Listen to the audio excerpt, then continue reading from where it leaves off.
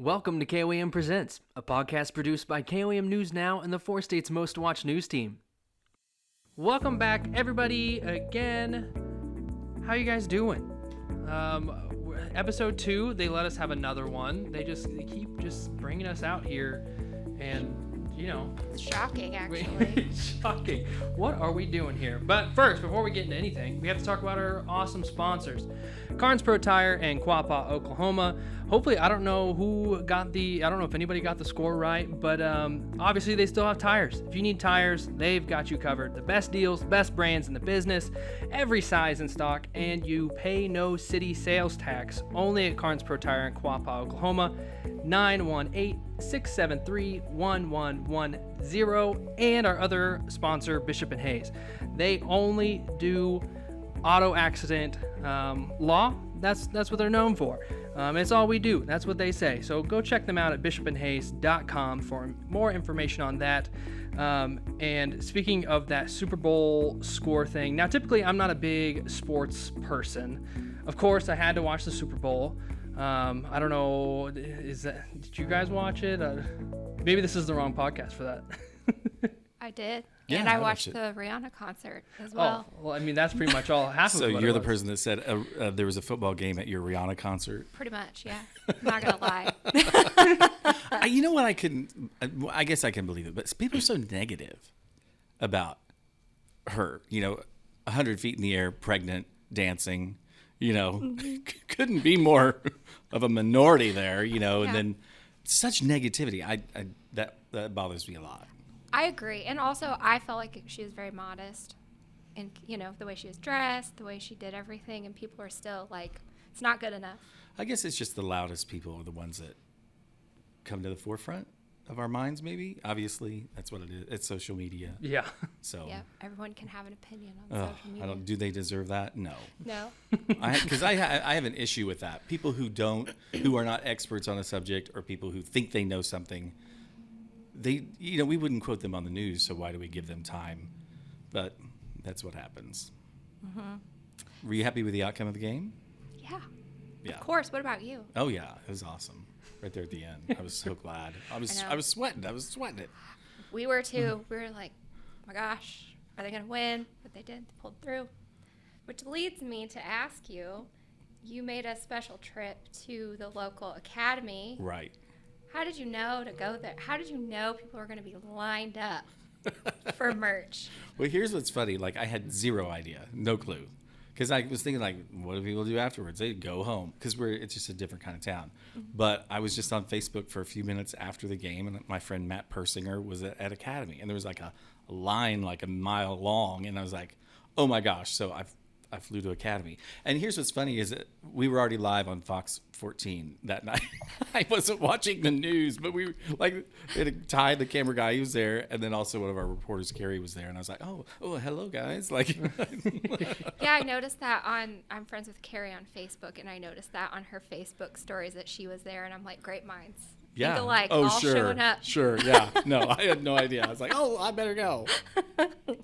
Which is fine. I mean, it just works out, Mm-hmm. So, I wish I would have done it ahead of time, but probably not. It worked out fine. So that means that sometimes you just stumble upon the action, it's safe to say. Well, I mean, if I get a tip or if somebody's telling me about something, mm-hmm. yeah.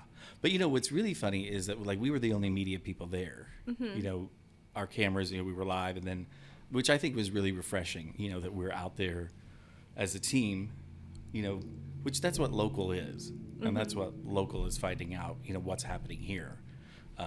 And then there's a lot of stuff that's going on around the Super Bowl this week, too, which I think a lot of people are excited about, too. Right. So that's important to all of us. I mean, all these Chiefs fans who haven't had a win, this is a winning team, Yeah. So that's exciting. Yeah, very much so. Proud. Everybody get on the bandwagon. It's like, they're winning now. Let's just, now it's time to cheer for them. I love them. Yeah, for sure.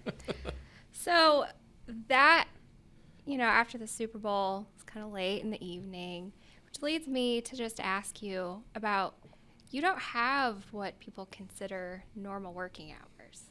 Is that by design for you, or how?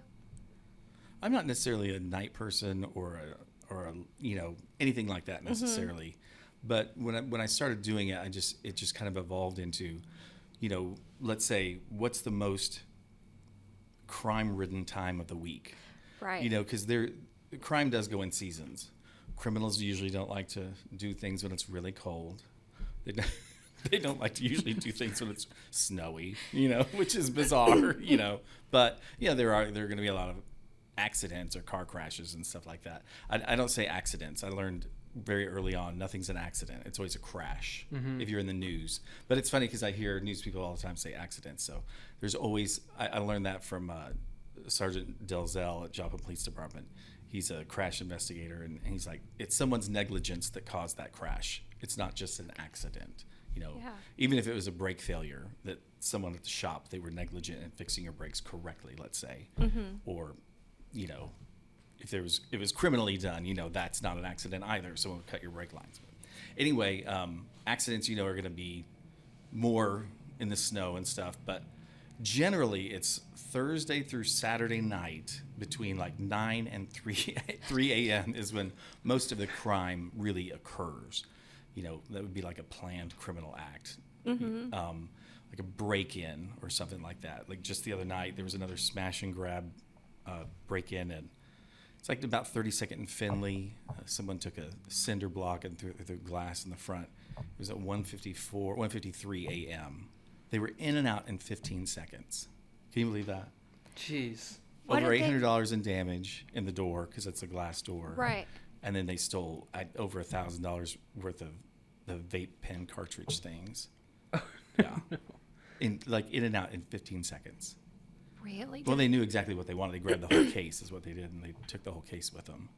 But That is crazy. Hasn't that already happened once before yeah. a different business? It happens a lot. But most usually they catch them. Right. And so today, people can see it on Facebook now that we shared the video of that. And so people will come forward, and they'll tell the police who it was.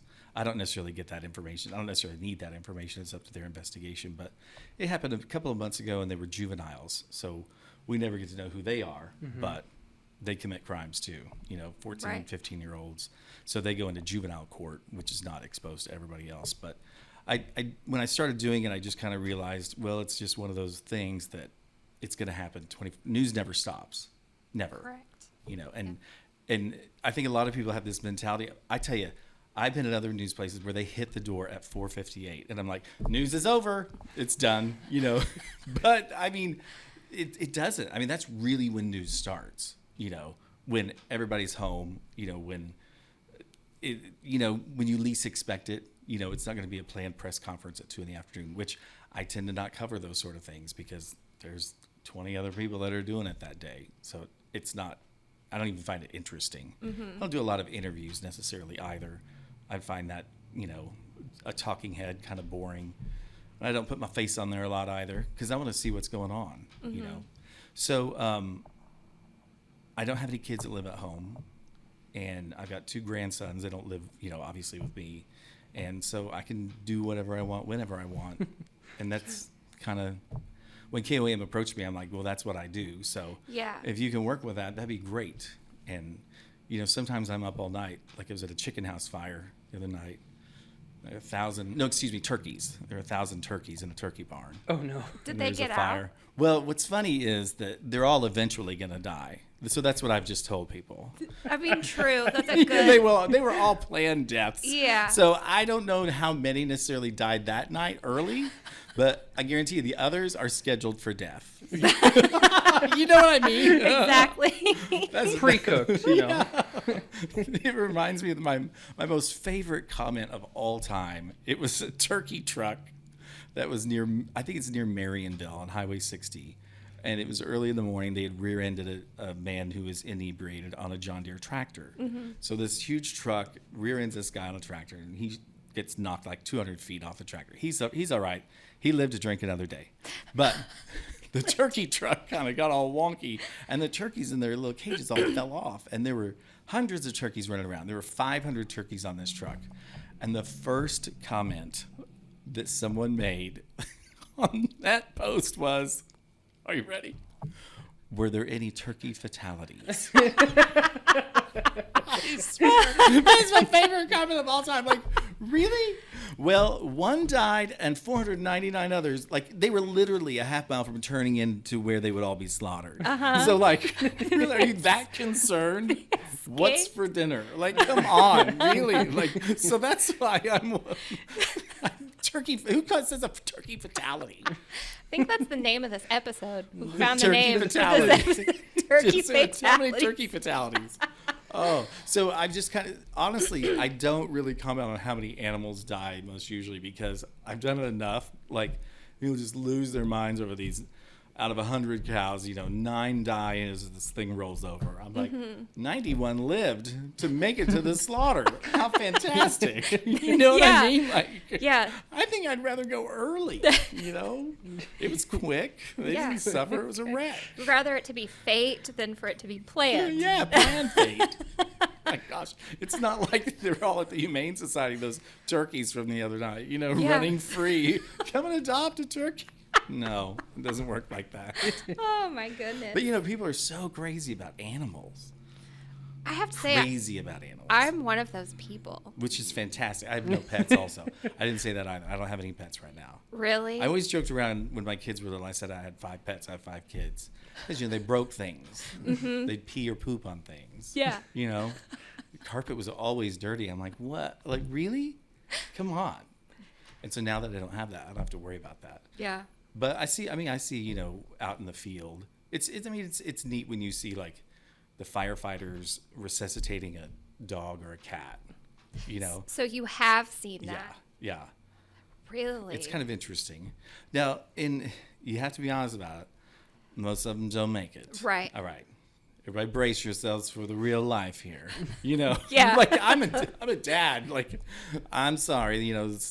Whoever got run over didn't live. You have to face reality. But it's kind of neat to see firefighters do that, and people love that. But I see a lot of animals die too. But anyway, That would be hard. I guess That would be hard for me. Like, Are there any turkey fatalities? I don't even normally say how many pets die, just because it happens so much. People would, it would probably upset a lot of people. So It'd really bum Yeah. out a lot of people. yeah, no kidding. Yeah, but- I honestly thought humans resuscitating animals I did not think that was real. I thought that was something out of TV. So I've learned they have something little new today. little special masks they can put on them to do that. Wow. Yeah. So I can't think of the name of the little adapter thing they have, but they don't do mouth to snout. No, they don't do that. I didn't expect that. Maybe they did I back would be way a long shocked time they ago. did. Yeah. Give me that schnauzer. Something like that, blowing it up. That is crazy. Stop overpaying for auto repair. Come to Carnes Pro Tire just south of Baxter Springs, where we have experienced mechanics and you pay no city sales tax. We also do alignments and we have the lowest prices on tires guaranteed. Carnes Pro Tire can serve all your auto repair needs just south of Baxter Springs. I'm Brad Bishop with Bishop and Hayes. If you've been injured in an auto accident, help is only a text away. Text the details of your accident to Bishop and Hayes at 417-222-2222. We will personally text you back and we can begin working together to see how Bishop and Hayes can help you through this difficult situation. Bishop and Hayes, auto injury law. It's all we do.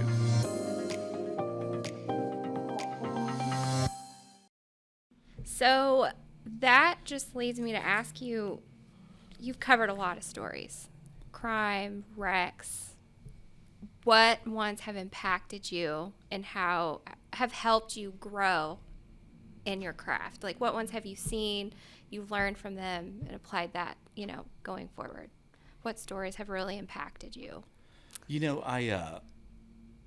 What I try and do, even though what I do is live, a lot of what I do, we talked about this a little bit last time, despite what people think, I'm not the first person to say their loved one has died in a wreck, let's say. Sure, I'll be there and I might tape some clips, but I can play them back live later. It'll be hours later. But people, and this is what really drives me crazy, but like your sister's cousin, third removed aunt. Well, I found out on Facebook. Well, that's not my problem. Next of kin was notified, and if they didn't let everybody notify, then that just happens. Right. But I always let the authorities do that first. And I mean, I've been at so many, let's say a murder or a shooting,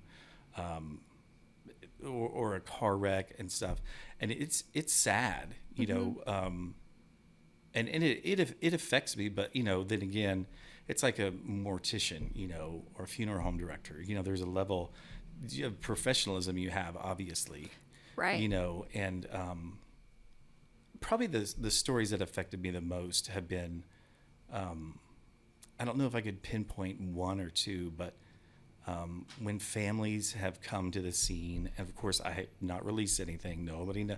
Usually people don't even know I'm there until hours later that I'll release something. When families are there and just their raw sadness, I'd never experienced anything like that before, and I don't tape that at all, of Right. course.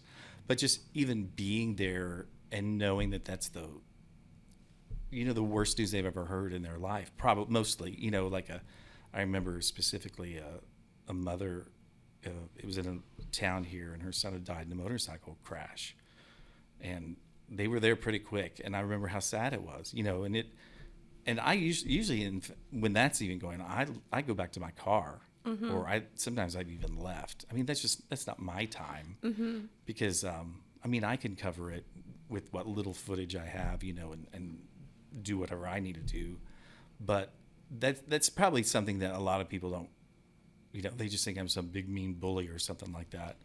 It's funny, one time I was there was a wreck at Babes, I think, on North Main, and this lady screamed out her window at me some horrible profanity, and I was an awful person. And I remember just like, oh, well, okay, and I just waved at her like, hi. But I know a lot of people think that, because you can just kind of see through the comments, and people say just they just don't like me, and which is totally fine. But like we said last time, well, I'm a reporter. If you don't like what I do, then don't watch, or don't tune in. I don't know. Then it's not going to affect you if you don't watch. Right. You can unfollow, or you can even block somebody. Just the different thing that I'm doing. I'm covering news that as it's happening as much as I can, and like I said, a lot of people aren't working after 4:58 p.m. It's true. Even our own station. Except after the Super Bowl the other night, we had people there. Yeah. But I would say that's, if one story affected me the most, it would be, I was at a fire one time, and they found a person at the fire. Oh, wow. And the wife was there, and it was tragic. It was simply tragic. Of course. And I went back to my car, because I don't need footage of that, of course. And the man died, and it was a criminal investigation, and there are people that are in prison right now because of it. And it was Wow. it was impacting to me, because not only just that raw emotion, but also not only then but other times, footage that I have, the police use. I know I'm going to be subpoenaed for a criminal hearing coming up in June that I'll be a witness to, because I was there, and that doesn't happen to a lot of other reporters, I don't think, Yeah. because most usually people don't get there that quickly, a reporter, And then most reporters also, they wait for a pretty press release, and they just regurgitate a press release, which I Right. do sometimes, but I want to beat the press release because I want to tell you about it first. So Right. So you're like going to be subpoenaed. Did you expect that to ever happen after you started this, that you would be possibly considered like a witness or anything? Is that something you thought about when you first started doing this? Well, I was a reporter 20 years ago. Right. So I do know, that sort of stuff happens. But if you go to a crime scene, most usually you're put on the witness list no matter what, if you're there. Okay. And they keep a running list. If you've ever noticed or seen, they'll write down everybody that was there. Mm-hmm. So did I think that when I first started doing this? No, I didn't think I would be to that level. But it's also grown way beyond I ever could have imagined. Right. I never thought I'd be doing it full time. Do I love it? I love it though. You know what I mean? I don't regret it, and I love doing it. And probably when I don't love doing it is when I wouldn't. I think I said I wouldn't do it. I wouldn't keep doing it. I would find something else to do. Exactly. Yeah. There's a lot of facets to news, being an anchor, being on the air but is that the way I want to go? I don't know. Yeah. But just recently, I've been doing this 6 years now. So I remember maybe the first time that we talked last time about when I really noticed something was getting big. And I think I went back and I listened to that podcast, and I think you had said that's when you started listening. Was this one time, and it was over by Access Family Care? Yes. Yes. Yes. And I remember, Trevor Duncan, who was Captain Trevor Duncan at the time, he'd come out to talk to the media, and I was there, and, we're asking him questions and everything, and there was a huge crowd there, and I was like, this is kind of surreal. It's just kind of weird, But anyway, later when I went back and looked, 750,000 people watched. And that's what's so funny about Facebook now. I'll be lucky if I get 100 people. Seriously. But back then, it was 750,000 would watch a video like that. But, I mean, it's all filtered out now. You have Instagram, you have so many facets. TikTok, and et cetera, et cetera. But also, Facebook doesn't really, if I wanted to monetize my Facebook, they say that I don't have original content. Even though I'm doing live videos and I'm on it, they've always said, yours is not original content. I'm like, okay, well, whatever. Facebook machines and monsters or whatever you are, robots. So, which seems funny because that's really all I do is live content. But anyway, but news, since the head of Facebook, what's his name? Zuckerberg, yeah. So when he went in front of the Senate hearings a couple of years ago, news really got dialed down on their platform. And it's minuscule compared to what it used to be. I still know people get their information probably from Facebook. I don't know about TikTok. It's not really newsy yet. I'm sure it will become that, but I think that's kind of sad because, now you're seeing cat videos, but who doesn't love cat videos? Yeah. I need to schedule more cat videos, get my views up. But, like I said, that doesn't really affect me because that's not my goal, is to get views or to get verified, on the Face page or MySpace or something like that. I want to cover what's happening where I live, and if people want to know, then they'll find out because I'll be there probably, most likely.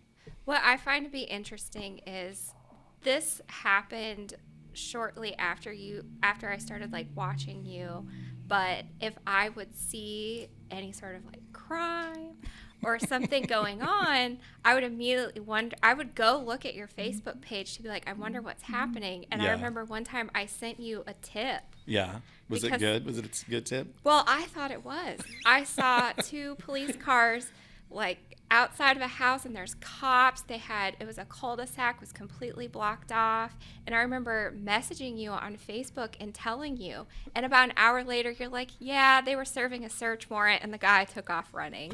And I'm just like, man, I really thought I had something. I'm like, he's going to show up and I just shot you down. Shot down that balloon. I was so proud of myself for being like, hey. And you're like, yeah, that's fine. Yeah, no.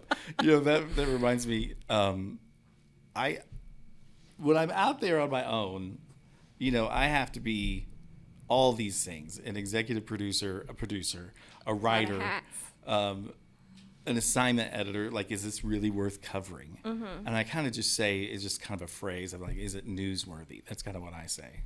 So I might have mentioned to you, it's not really newsworthy. Did I say that? I think you might have. You were just kind of like, yeah, they're serving a search warrant. I was like, man, there was dogs and everything. But when they know who it is, they're gonna know he's going to his mom's house. Yeah, exactly. And they'll pick him up later. Yeah. You know what I mean? Yeah. And a lot of times they'll call off searches like that, just because, well, we know who it is now, and let's not freak everybody out. Right. But that brings me to, because I'll tell people, if they give me a tip, because they can text, they can send me a Facebook message, or whatever, different ways. I don't take faxes, but that fax machine had quit working. Yeah, it's where you draw the line. Faxes. It's like, me. Oh my gosh, when's it coming? Anyway, I said to this woman, and I'm just going to put it out there. I was like, I was at this kid got hit by a car in Webb City. Some people might remember this. Well, he was 17. It was really his fault. He walked out, jaywalked, just got bumped by a car. That was it. Not newsworthy. Not worth doing a story, doing a live video, all this. Not going, it's just not worth it.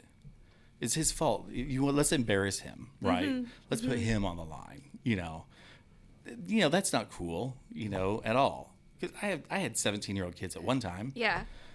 So anyway, people were messaging me, and I just was like, yeah, he's fine. It's just not newsworthy. It's not a big deal.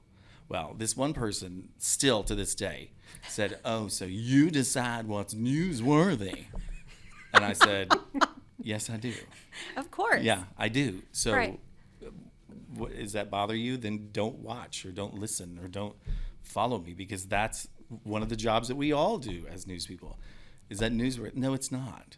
And there are reasons for it, but I'm not going to explain it to everybody. But mostly, as a 17-year-old boy, he made a mistake and he got kind of bumped by a car. No one's really ever known about it. Wasn't that like a few months to a year ago? I'm pretty sure I remember. It was like seeing late last fall. something on social media or People saying hating on me that you refused that I'm to do. just refused. Yeah, no, it's not newsworthy. Yeah. And I mean, this one person's like, oh well, he can't have that much power, and I'm like, what? Come out here and do the news yourself. You can have all that super Wonder Twin powers. Whatever. Really? It's Joplin, Missouri. It's not some conspiracy. Yeah. It's what's happening is between my ears. I'm deciding what's most important, and really, do I want to bother people? I mean, I'm not one to let's stir up a bunch of drama. I'm gonna write some, leading headline. What do they used to call that? When you clickbait. Yeah. Oh, clickbait. people tell me I'm clickbait all the time. I'm like, I just said there was a wreck. It's not what? I don't know. It just cracks me up. I'm like, if I had the time to think about clickbaiting things, or if I had the time to stir up stories that weren't really stories, that'd be a lot of work. Yeah. But I just kind of tell it as it is, and I don't. You can't really make up a bunch of stuff when you're there. I've had people say, "Oh, that's not what happened." I was like, "Well, I'm pretty sure I was there." You Seen weren't. it with my own two eyes. I've had people come at me still. I'm like, "Are you really?" Because you were not there. Yeah. So, but people want to make things bigger than they are. Maybe I don't necessarily know, but that goes along the lines too that I never expected people to be so hateful, and there's a strata of people like in Joplin that are conspiracy theorists and stuff like that, that go against the city council. And I'm like, oh my gosh, how ridiculous. Their meetings are open. You can go and talk to them. You can get on committees, but these people just want to spread all this drama, and it's just weird, but it's what they do, and if they didn't do it here, they'd do it somewhere else. I used to work with a girl years ago, another place, but everything she did was always dramatic. And I always compared her to Pigpen, because how Pigpen and Charlie Brown had all the dust. The dirt That was around drama. Yeah. It could be a beautiful day, nothing going on, and here she comes, bringing that drama, bringing it. And I just tell the news as it is. I mean, I'm not. In fact, I turn off the comments now on some stuff, because it is what it is. If you don't like it or you want to say something, I mean, when I was growing up in the 80s and 90s, we had newspaper. Did you guys, Right. anybody had newspaper? And the only opinion you heard was your dad yelling at the kitchen table. Blah, blah, blah, blah, blah, blah. We're little kids. We didn't have an opinion. But now everybody thinks that they have to share an opinion. And I don't want to hear everybody's opinion. I might want to hear my mom's or my dad's, but it's funny that people still want to share it. Which that's fine, I think, to a point, but I would want to hear more from experts, or I would want to hear from who you would call like the authorities, what really Right. happened, who people were there, like eyewitnesses or something like that. I don't want to hear someone's opinion about truckers. Truckers are horrible people. They run over everybody. Really? Who are you? Well, my name's Nadine, and I don't have any legs. I was born that way, and I drive a Vega. Really? Yeah. But she wasn't run over by a truck. I don't understand, So I made all that up, by the way. But I mean, that's pretty good off the cuff. Yeah. Just coming up with that. That's awful. Nadine, we're so sorry. Yeah, sure. Who's Nadine, by the way? That one person who can't comment Yeah. is going to be Yeah. like, I really wish I could comment right now. Yeah. Exactly. Well, I think we're going to have to wrap it up there. We're going to keep doing this. Obviously, thank you guys for whoever's listening. We're having a good time. As you can tell, we're just goofing around, and hopefully you're enjoying the content we're putting out. If you do, share it with your friends, family, post it on your Facebook, MySpace, whatever page. Obviously, we have to thank our sponsors again, Carnes Pro Tire in Quapaw, Oklahoma. You can check them out at carnesprotire.com, and Bishop and Hayes. For any of your auto accident inquiries, visit bishopandhayes.com, and we will talk to you guys in the next episode. Have a great one. Thank you for listening to KOAM Presents. For the latest content and local news, weather, and sports, please go to koamnewsnow.com.